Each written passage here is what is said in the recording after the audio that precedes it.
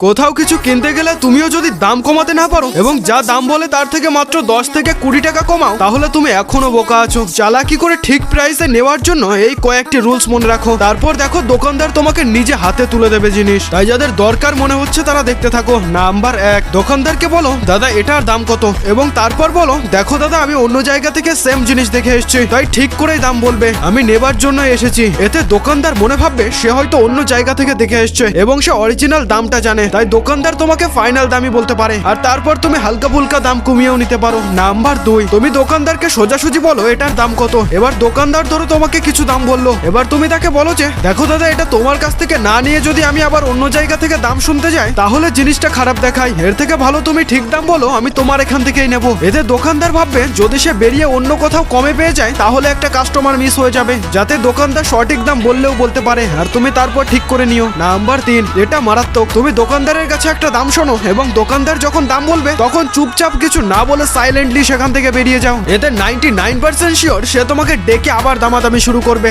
আর দোকানদার মনে করবে তুমি হয়তো সেটা নিতে ইন্টারেস্ট নাও, এতে সে ইচ্ছা করেই দাম কমিয়ে বলবে যাতে তুমি জিনিসটা নিলেও নিতে পারো।